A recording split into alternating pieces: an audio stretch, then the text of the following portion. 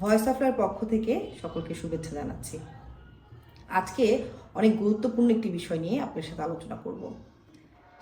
আমাদের দেশে কিন্তু উদ্যোক্তাদের বিভিন্ন আইনি সমস্যার সম্মুখীন হতে হয়। বাংলাদেশে এই উদ্যোক্তাদের যে উদীয়মান হচ্ছে এটা কিন্তু ক্রমবর্ধমান, অর্থাৎ আস্তে আস্তে কিন্তু আমাদের দেশে উদ্যোক্তাদের সংখ্যা বেড়েই চলেছে। এটা খুবই আশাজনক এবং একটি উজ্জ্বল ভবিষ্যতের উজ্জ্বল একটি প্রজন্মের আমি মনে করি সূচনা হতে যাচ্ছে বা সূচনা হচ্ছে। কিন্তু এই যে বিভিন্ন আইনগত যে সমস্যার সম্মুখীন একজন উদ্যোক্তাদের প্রথমেই হতে হয়, এর কারণে কিন্তু অনেক উদ্যোক্তারাই আছেন তারা কিন্তু একটু পিছিয়েও যাচ্ছেন। আজকে এই বিষয়গুলো নিয়ে আপনার সাথে আলোচনা করব যে আমাদের দেশে অর্থাৎ বাংলাদেশে উদ্যোক্তারা কী ধরনের আইনগত সমস্যার সম্মুখীন হয়। প্রথমতই যেই আইনগত সমস্যায় তারা পড়ে সেটা হলো নিবন্ধন ও লাইসেন্স প্রাপ্তির ক্ষেত্রে যেই সমস্যার সৃষ্টি হয়। আসলে যখন একটি প্রতিষ্ঠান আপনি ওপেন করবেন বা একটি প্রতিষ্ঠানের সূচনা হয় তখন কিন্তু অবশ্যই সেই প্রতিষ্ঠানের নিবন্ধন এবং লাইসেন্স অনেক গুরুত্বপূর্ণ একটি বিষয়। কিন্তু দেখা যায় যে অভিজ্ঞতা না থাকার কারণে বা সঠিক আমাকে কোন পথে যেতে হবে এগুলোকে কালেক্ট করতে হলে এই বিষয়গুলো যদি আপনি ছোটোখাটোভাবেও বা সাধারণভাবে যদি না জানেন তাহলে কিন্তু প্রথমেই আপনি একটু হোঁচট খাবেন। এক্ষেত্রে দেখা যায় বাংলাদেশে যেই সমস্যার মধ্যে পড়ে তারা যে কোনো সরকারি দফতরে গেলে ফাইলগুলো নিয়ে একটু ঝামেলায় পড়ে যায় যে কার কাছে যাবে, কোথায় ট্রেড লাইসেন্সটা সঠিকভাবে আমি করতে পারবো, এবং কি পারিশ্রমিক একটি ব্যাপার থাকে, কে কত টাকা দিয়ে সেটা করছেন, বা একটি তখন দেখা যায় যে ভুয়া বা দালালদের খপ্পরে অনেকে পড়ে যান।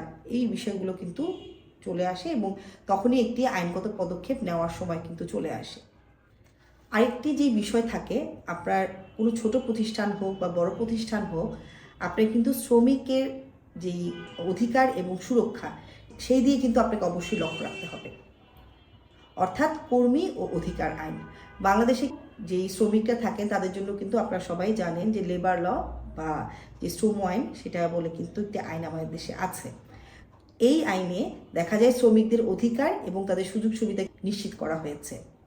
তো উদ্যোক্তারা দেখা যায় যেসব জটিলতায় পড়ে যায় অনেক সময়, যে শ্রমিকদের কর্মঘণ্টা নিশ্চিত করা, তাদের কোনো সুযোগ সুবিধা দিতে কোনো বিঘ্ন ঘটানো, বা শ্রমিকদের দেখা যায় যে সংকট অনেক সময় পড়ে যায়, আবার দেখা যায় শ্রমিকদের একজন শ্রমিকের অসন্তোষের জন্য পুরো শ্রমিকের একটি গ্রুপই দেখা যায় তাই সেই প্রতিষ্ঠানের বিরুদ্ধে একটা বিরোধিতার ছোটোখাটো আন্দোলন বলেন বা একটা তাদের একটি বিরূপ যে প্রতিক্রিয়া এগুলো কিন্তু উঠে আসে।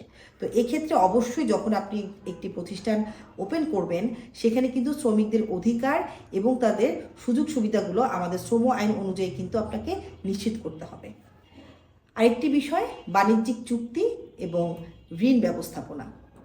বাণিজ্যিক চুক্তি তখনই চলে আসে অনেক সময় দেখা যায় আপনি যখন পার্টনারশিপ বিজনেস বা অংশীদারি যে বিজনেসটা শুরু করতে যাচ্ছেন, আপনার সাথে যখন এক বা একাধিক অংশীদারের কোনো ব্যক্তি থাকে বা ব্যক্তিরা থাকে তখন কিন্তু আপনাকে অবশ্যই চুক্তির মাধ্যমে আপনাকে সেই প্রতিষ্ঠানের যেই শুরুটা সেটা কিন্তু করতে হবে।